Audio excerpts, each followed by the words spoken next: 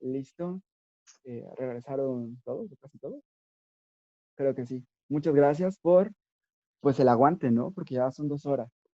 Le damos un poquitito más. Estas sesiones y estos cursos generalmente son 2 horas y media y nos vamos a descansar e intentamos ir asimilando lo que, pues, vamos pensando aquí, ¿no? Digamos, quizá, sobre todo para los nuevos, se experimenten una especie de cuerpo cortado, de sensación de malestar. Y si es que se está atestiguando, se está presenciando correctamente el taller, es un buen síntoma, porque como que estamos removiendo estructuras que estaban ahí, ¿no? Y que dábamos por buenas, por útiles y por correctas, incluso muchas veces. Ahora bien, eh, quería recuperar un, un pequeño comentario. Eh, Hay un audio por ahí, me parece. Pero bueno, quería recuperar esta idea de no recuerdo el nombre de la compañera, no, Laura, que decía, muchas veces es este primer paso que dan los hombres para comenzar a la desujeción del machismo, pues es una especie de, vamos a decir, entre comillas, suceso, ¿no? Que muchas veces pues tiene que ver como con, me pasé de la raya, digamos, o que se quedan solos, o que son acosados, que que sufren un linchamiento o que ya están cansados de que todas sus relaciones repitan el mismo patrón y siempre acaben más o menos de la misma forma. Entonces, este tipo de sucesos, creo yo, que llevan a los, sobre todo a los hombres, ¿no? Me parece, que claro, hay dos posturas. La primera postura es muy deseable, porque el hombre ante ese suceso, ¿no? Que puede ser muchas cosas, como que se obliga a replantearse su vida y el papel, el personaje que está representando, ¿no? Y entonces dice, no, como que estoy mal, algo tengo mal, ¿no? Vamos a trabajar. Esa es la primera, la deseable. Eh, lo obliga a replantear su vida. Y hay una segunda que es muy indeseable y tiene que ver con que se siente sencillamente atacado y una persona, cuando está siendo atacada, digamos, la primera cede, ¿ves? Como, ¿sabes qué? Tienen razón. Mundo, tienen razón, ¿no? Nueva realidad de lo que significa ser varón. Tienes razón, a ver, vamos a chambear. Y la segunda es que cuando alguien se siente atacado, ataca, ¿no? Y es algo que creo vamos a experimentar como generación. Cuando se están polarizando así las cosas y los machistas se juntan con los machistas y hacen su cámara de ecos donde hablan de machismo, o hablan y que en este grupo hay hombres y mujeres, quiero decir, ¿no? Y del otro lado, digamos, el feminismo con aliados, tal, pero que tienen su cámara de ecos, ¿no? Y entonces todo lo que están, los memes que ven, pues tiene que ver con esto, las pláticas que tienen, los cursos a los que asiste, todo tiene que ver con eso, pero están dos cámaras de ecos, nada más, ahí no. Creo que el punto, la verdadera deconstrucción de género, sí tiene que ver con una especie de encuentro, una especie de romper los muros y tener la presencia de lo otro, en los términos del otro, ¿no? Y ahí es donde a partir de empatía, de reconocimiento y sobre todo de escucha, se puede empezar a trabajar con estas cosas que no son fáciles de trabajar, incluso para quien tiene todas las ganas del mundo de trabajar en eso, ¿no? No es fácil. Ahora, entonces, creo que para mí, desde mi punto de vista, el problema de esperar a que llegue ese suceso, que puede ser, digamos, desde, le di un empujón a mi novia, o en un ataque de celos le rompí el celular, o en una fiesta fui y le prohibí que le hablara a tal persona, etcétera, etcétera.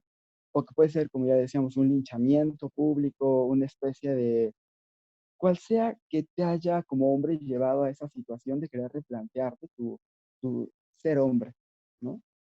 Yo creo que el riesgo de esperar ese momento es que pues, nos lleva a dos condiciones, cuando cede o cuando no, cuando digamos se siente atacado y atacan. Y creo que eso va a explicar mucho de por qué las cosas se están poniendo un poquito más difíciles. O sea, yo siento que sí va a haber una etapa de oscuridad donde va a ser complejo, más o menos esto, ¿no? porque los hombres pues, han sido entrenados para atacar. Básicamente, nuestra cultura tiene como ser hombre en género en México, tiene mucho que ver con ser violento, tiene mucho que ver con tener la razón, tiene mucho que ver con también como una confirmación del yo a través de la negación de lo otro, es muy así. Entonces, muchos hombres que después de este suceso, puede ser muy lamentable, ¿no? Pues incluso un feminicidio, ¿sabes? Como tú, feminicidio, hay un suceso que lo obliga a replantearse a ser hombre, pero no, porque en la cárcel lo único que termina es confirmando esto y sale y sigue igual de peligroso, ¿no?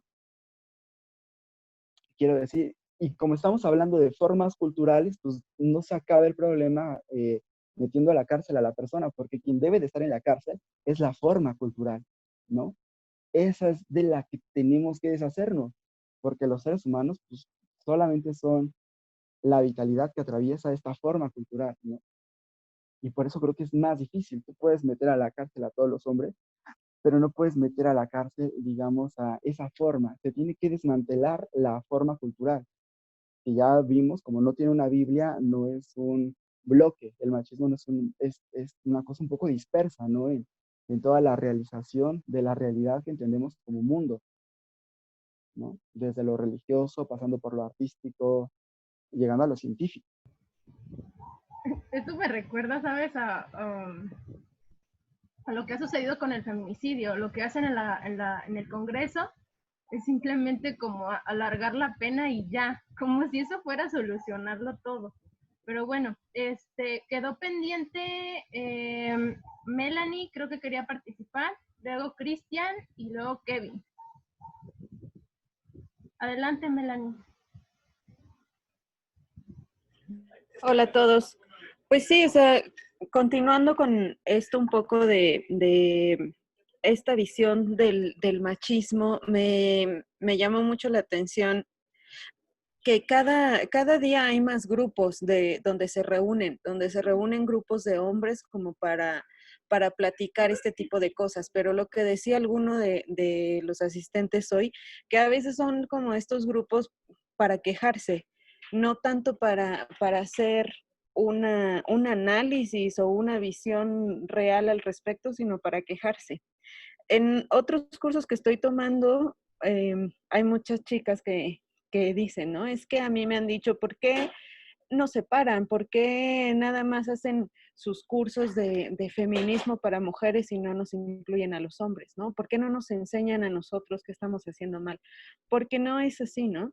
Porque no debemos educarlos, porque estaríamos cayendo otra vez en lo mismo, ¿no? Y justamente estas luchas sociales, ya sea el colectivo feminista o si los hombres hacen otra especie de colectivo como para hacer esta, pues no sé si llamarlo de construcción, lo que va a buscar va a ser desafiar este orden social, desafiar la realidad en la que estamos viviendo ahorita y entonces reconstruirla. Y eso no siempre es bien recibido por la gente, ¿no? Tan es así que muchas mujeres, hablando yo desde el punto de vista feminista, muchas mujeres no se consideran feministas porque ellas muchas veces piensan que la vida que están viviendo ha sido por elección propia, porque han tenido la libertad de hacerla, pero no siempre es así. Cuando llegas al punto de análisis y de cuestionamiento, que es una cosa que te cansa, que te agota, te das cuenta que no siempre es así, ¿no? Y evidentemente este tipo de cambios no están en contradicción con la pérdida de privilegios de otros colectivos, que es lo que estaría pasando con el machismo, ¿no? Darle otra visión a esta realidad y tratarla de cambiar es posible y se ha logrado, pero no se ha logrado que la cultura en realidad cambie, ¿no? Nosotras feministas y los hombres que han estado analizando su realidad machista, nos hemos dado cuenta que la realidad puede ser distinta. Lo difícil es hacer que toda la sociedad lo acepte y lo aplique. Y lo que decíamos, ¿no? A lo mejor en algunas generaciones a futuro va a suceder, pero pues no siempre se va a aceptar por los privilegios que van a perder ciertas personas. Claro.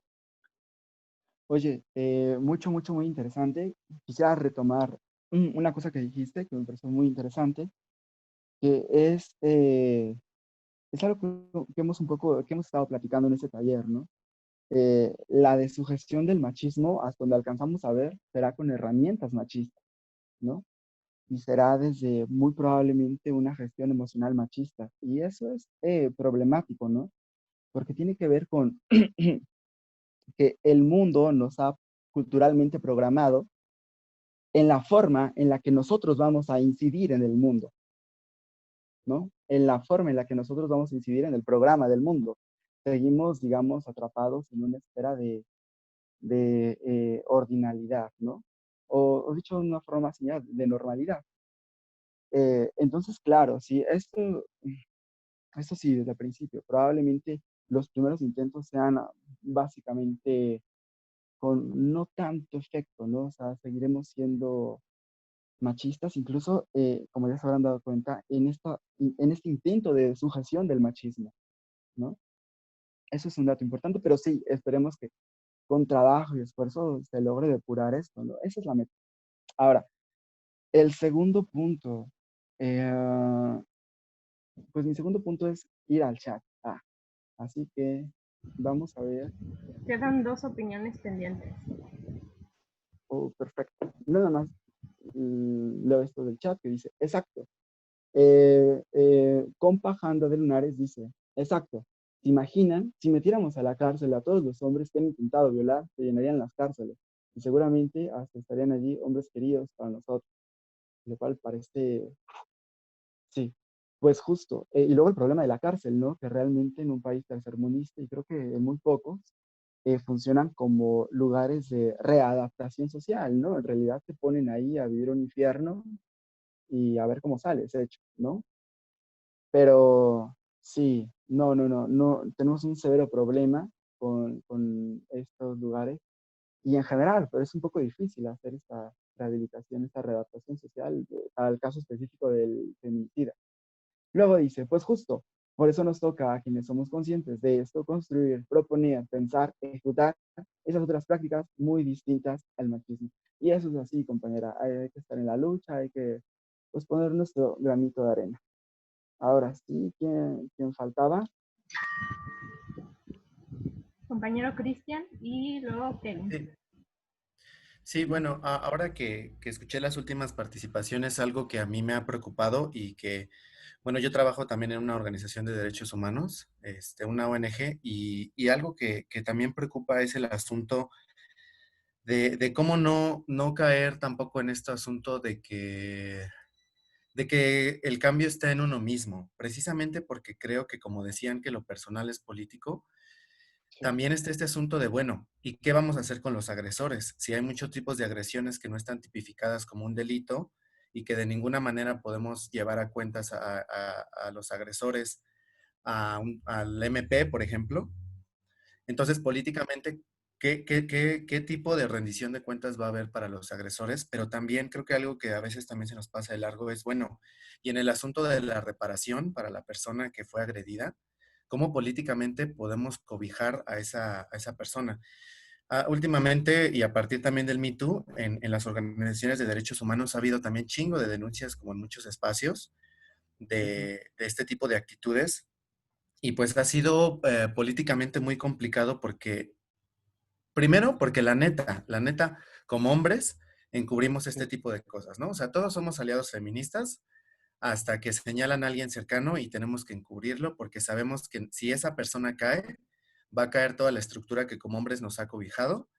Y entonces, ajá, exacto, el pacto de masculinidad. Y creo que por eso pienso que cuando hablábamos de crítica y autocrítica, me parece que el término de crítica a veces es muy difuso, porque podemos hacer un ejercicio crítico discursivo muy chingón y presentarnos como aliados, pero al momento de objetivar ese discurso en acciones muy concretas, seguimos regresando a esos viejos esquemas. Entonces, lo que sucedió con un caso muy famoso de violencia de género dentro de una organización que provocó un movimiento así muy cabrón, en otras organizaciones de derechos humanos, pues simplemente fue que esta persona chapulineó a otra organización de derechos humanos como para ahorrarse el problema y al final son las compañeras las que tienen que justificar, o sea, ¿por qué no lo habían dicho antes?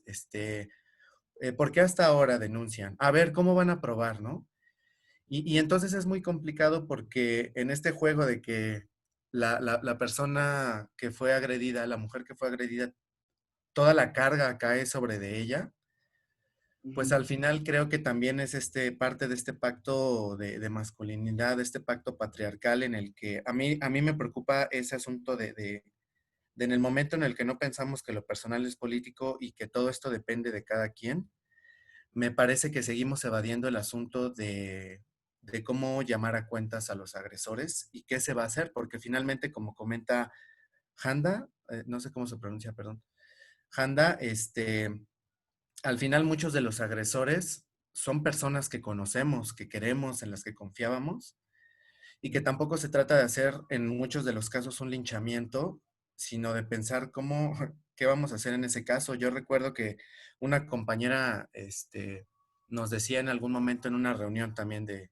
organizaciones que estábamos reflexionando este tema, ujú. que pues a ellas también les dolía un chingo saber que personas muy queridas para ellas eran agresores y que ellas tampoco sabían cómo reaccionar frente a eso, porque dices, chale, pues, y es algo que no, que todavía estamos por construir y que me Ujú, parece que en esa construcción a veces nos perdemos en discusiones de forma, pero no de fondo, ¿no? Simplemente. claro. Mucho, muy interesante. Dos conceptos de esta participación. Eh, Tratar de corporalizar estos discursos, ¿no? Probablemente sobre corporalizar estos nuevos discursos o estos nuevos horizontes de posibilidad para ser hombre, es algo que se puede hacer en el presente. Eh, lo que ya se fue, lo que ya se hizo, tiene que ver con una forma en la que se representa ese pasado, que fuiste tú, que tú hiciste, ¿no?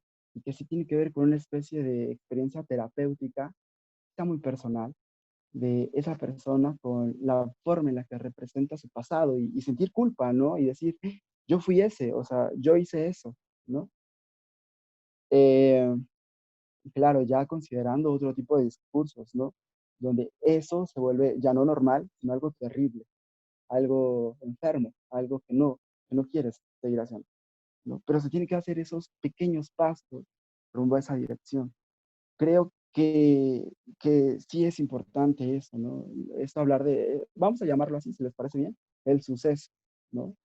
Este concepto de, supongo que muchos de los hombres que vayan entrando aquí a este curso, en algún momento, y también muchas mujeres hablaremos de ese suceso, ¿no? Quizá ustedes puedan ir contando si han tenido una especie de suceso. Puede ser de muchas formas, ¿no? Puede ser desde haber destrozado una relación por tener ciertos conceptos que operaban inconscientemente o poderosamente en ti sin que te dieras cuenta de que tienes control sobre ellos, desde haber tenido un nombramiento en tú. Aquí, digamos, en un afán terapéutico y en un afán de asinceramiento de mi parte, digamos, como, digamos, en un afán de abrirme, como, pues un poco el que ha propuesto este curso específico, quiero decir que yo tuve un nombramiento en MeToo, ¿no? Ese fue mi suceso. En realidad hubieron dos sucesos.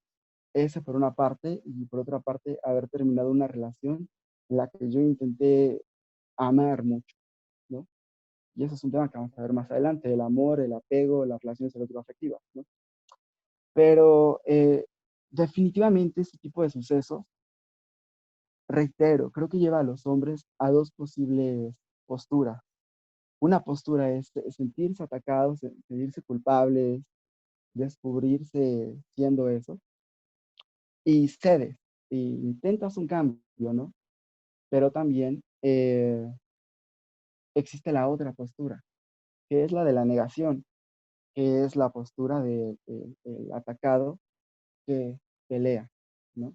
No siempre el atacado dice, bueno, voy a empezar a hacer todo este desarrollo terapéutico, comunal y, y personal también.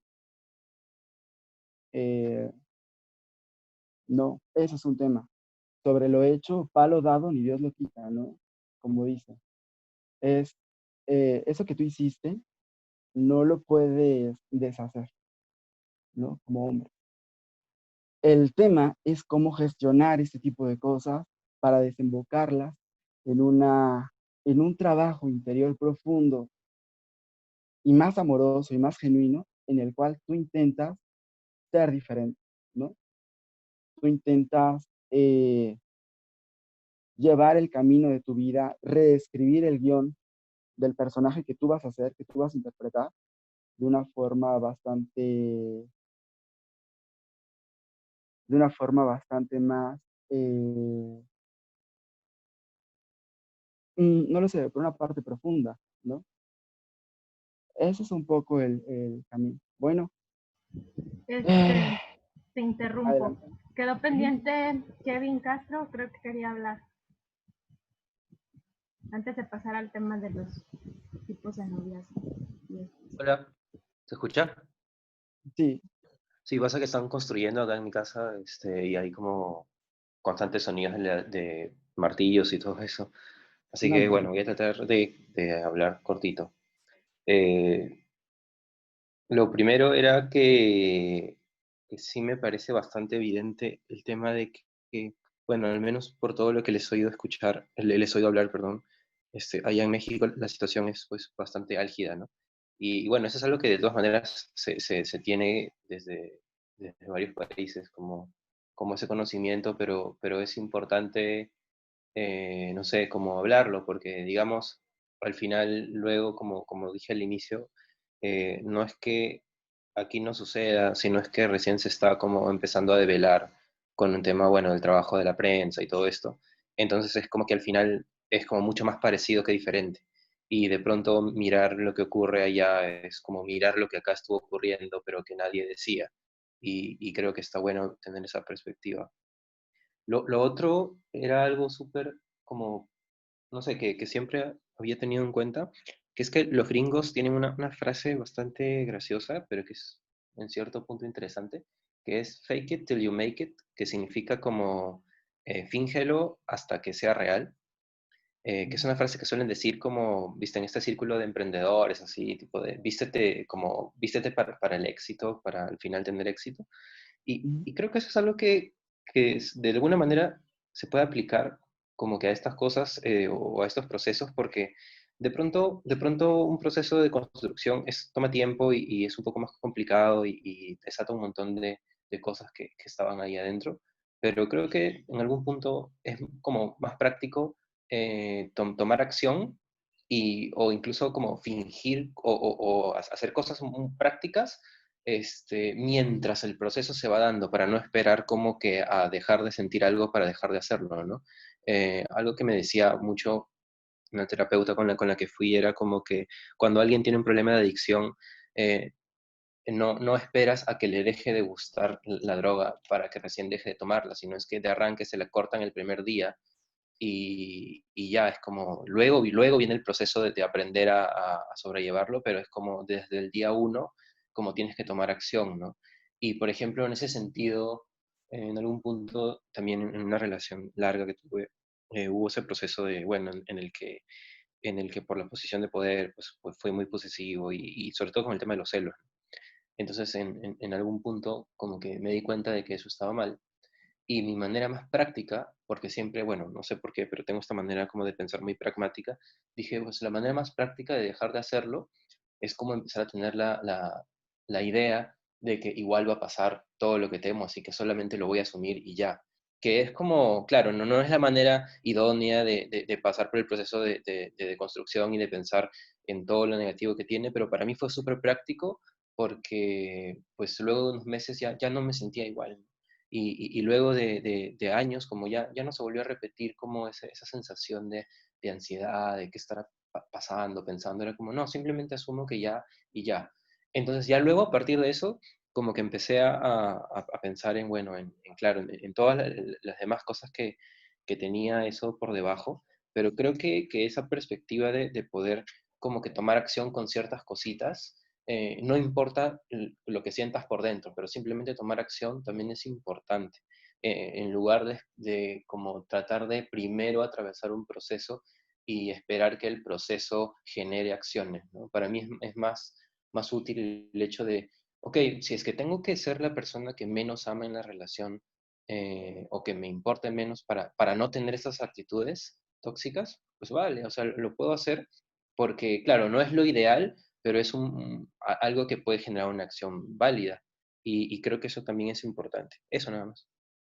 Muchas gracias, Kevin. Sí, es un tema complejo, ¿no? Porque los hombres entonces empezamos a idear nuevas maneras de vincularnos efectivamente con las mujeres, en nuevas maneras con las cuales creemos vamos a ser menos machistas, ¿no? Vamos a ser menos violentos. Y a veces se enrarece mucho la situación, ¿no? Por ejemplo, cuando decir vamos a amar menos, porque si yo amo mucho, entonces como que al mismo tiempo sube el nivel de celos o es demasiada intensidad y entonces amo poco. Estamos en una búsqueda realmente, ¿no? Me gustaría decir que tenemos respuestas, pero estamos en una búsqueda de esta forma, de lo que vamos a hacer y de cómo nos vamos a relacionar, ¿no? Y eso lleva tiempo, eso es trabajo, no hay de otra, no hay una píldora mágica, no hay un botón para desmachizar, lamentablemente no lo hay. Ahora, quería retomar otra cosa del comentario del compañero Kevin, al cual agradezco muchísimo que nos comentara esta escena de su vida donde fue celoso. Este es el propósito de este taller, ¿no? Como este momento terapéutico de, sí, yo fui ese, ¿no? Porque claro, es los otros, los feminicidas, los tóxicos, los agresores, y uno mismo. Y este es el trabajo, ¿no? Por eso es un trabajo a la vez colectivo y a la vez personal, y luego ya no es clara la frontera entre lo colectivo y lo personal, menos entre lo intersubjetivo. Entonces, vamos a hablar de otro tema de que habló Kevin, cambiar de casa, ¿no? La técnica de cómo me deconstruyo una posible forma es no salir a la intemperie, sino sencillamente adoptar un nuevo modelo moral de lo que significa ser hombre, ¿no? O de lo que significa ser humano. Es la técnica de cambio de casa, ¿no? La idea es que buena parte de esta casa, de la violencia doméstica de la que hablábamos al principio, pero ahora elevada a su sistema ideológico, tiene que ver con que al quemar la casa de las relaciones erótico-afectivas en las cuales estamos, pues hay un problema, ¿no? Que al salir, ¿quiénes somos? Si realmente saliste de esa casa que te definía en tanto sujeto, cuando dejas de ser hombre, entonces, ¿qué eres, no? Entonces, ¿cuál es esa otra orilla moral, concreta, éticamente concreta, específica?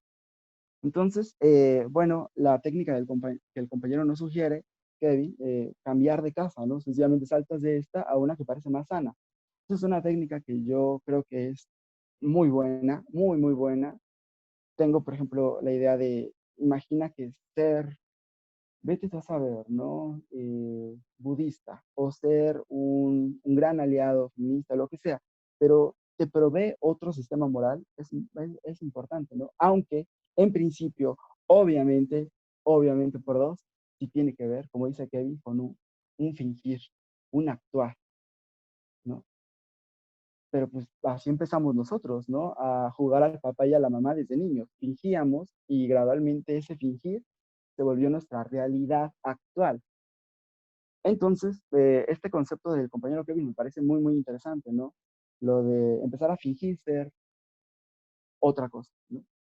Y darle vida, ¿no?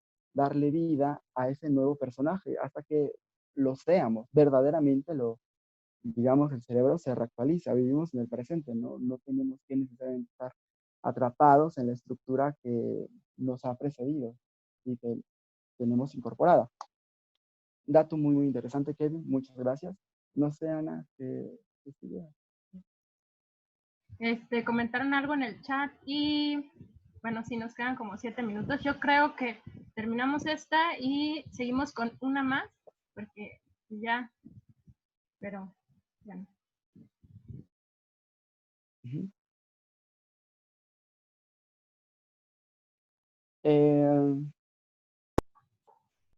Mm, bueno, perfecto. Sí, creo que es un tema, Adelante, adelante. ¿ahí me escuchan?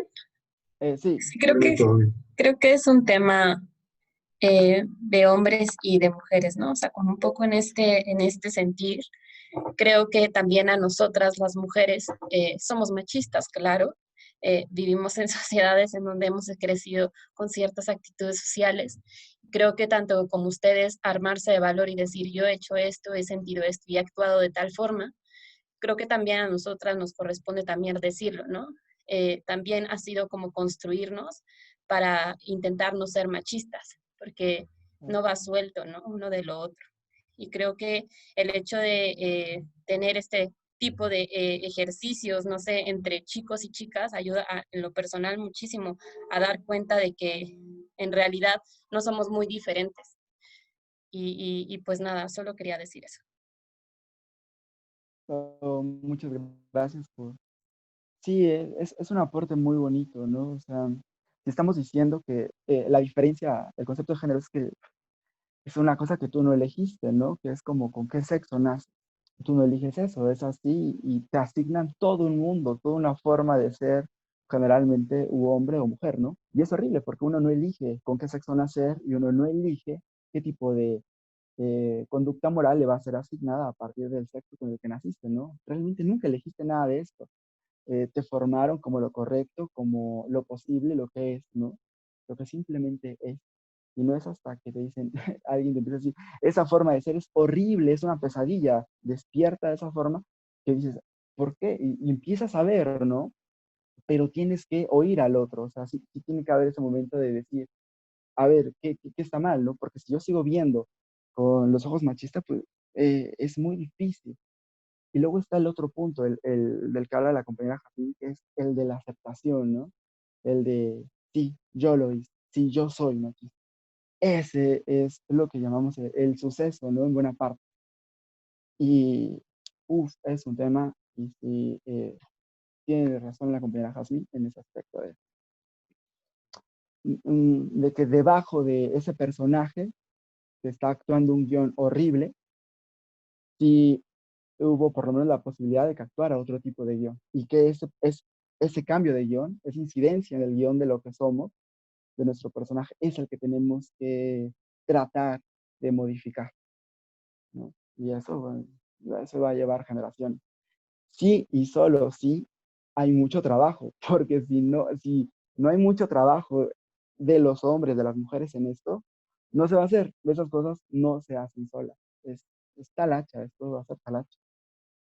¿Qué más sería, Ana?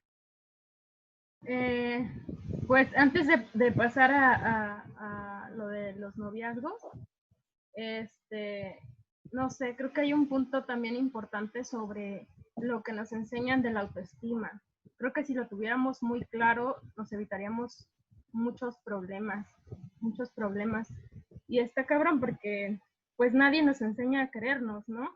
Pero pues sí nos señalan y nos hacen sentir culpables porque no nos queremos.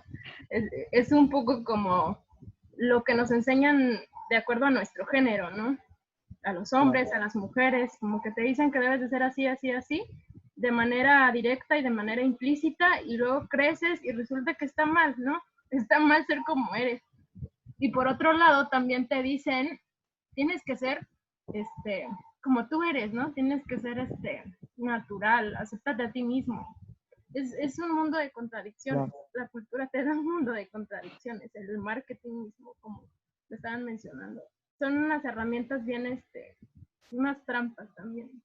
No son ah, cáncer. Bueno, nos quedan 3 minutos. Voy a finalizar la sesión, la inicio para pasar al siguiente tema, ¿va? Y ya que sea como que el cierre, lo de los tipos de noviazgo, creo que es importante. Bueno,